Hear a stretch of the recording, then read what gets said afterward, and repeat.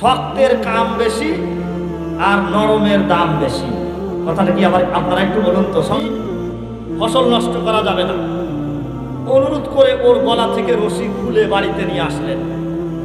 জমির আইলে গরুকে ছেড়ে দিয়ে বলুন তো আপনার গরু আপনার অনুরোধ কয় পার্সেন্ট রক্ষা করে? কথা বলেন। গরুর কথা বাদ দিলাম, প্রায় আমাদের বাংলাদেশের প্রত্যেকটা বাড়িতেই একটা প্রাণী বসবাস করে। রাত্রিতে আমাদের কম্বলে ঘুমায়, সকালবেলা আমাদের পাতিলের খাবার খায়। এই প্রাণীটার নাম হলো বিড়াল। বিড়ালকে যদি বাড়ির গৃহিণী অনুরোধ করে, রান্নাঘরে ইলিশ মাছ ভেজে রেখে দিয়েছি, 1 ঘন্টার জন্য তোকে কেয়ারটেকার বানালাম, একটু পাহারা দিস, অনুরোধ করে চলে আসলো।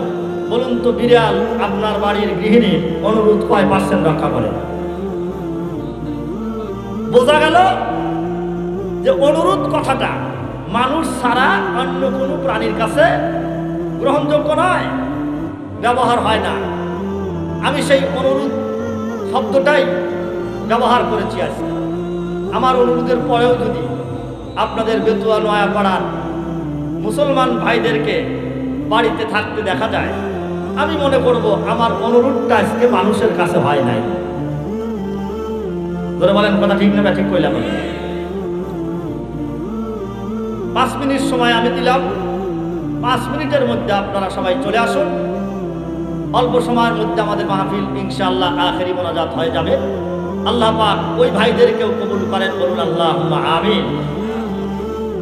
আমি যেই কথাটা নিয়ে আজকে বসেছি, মহান আল্লাহ পাক রব্বুল আলামিন এই পৃথিবীতে মানুষকে 2 ভাগে ভাগ করেছেন। 1 ভাগ পুরুষ, আরেক ভাগ নারী। সৃষ্টিগতভাবে আল্লাহ পাক রব্বুল আলামিন এই 2 শ্রেণীর কাজও ভিন্ন ভিন্ন দান করেছেন। বলুন কথা ঠিক না ঠিক বললাম? সৃষ্টিগতভাবেই আল্লাহ পাক রব্বুল আলামিন পুরুষকে শক্তিশালী করে এই পৃথিবীতে প্রেরণ করেছেন, নারীকে দুর্বল করে আল্লাহ পাক এই দুনিয়াতে পাঠিয়েছেন। একটা কথা প্রচলিত আছে, শক্তের, একসাথে বলেন, শক্তের আর নরমের দাম বেশি।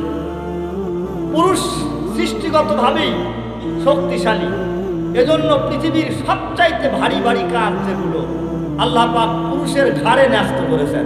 জোরে বলেন কথা ঠিক না ঠিক কইলাম? সৃষ্টিগতভাবে আল্লাহ পাক রব্বুল আলামিন নারীকে দুর্বল করে এই পৃথিবীর ভিতরে প্রেরণ করেছেন। তো নরমের দাম বেশি, এজন্য নারী পৃথিবীর মধ্যে সবচাইতে বড় দামি, সবচাইতে মর্যাদার অধিকারী। আল্লাহ পাক রব্বুল আলামিন মা বোনদেরকে মর্যাদা দান করেছেন। একজন পুরুষ নবী হতে পারে, আমাদের নবী পর্যন্ত নবুয়তির দরজা আল্লাহ পাক বন্ধ করে দিয়েছেন, পুরুষ নবী হতে পেরেছেন।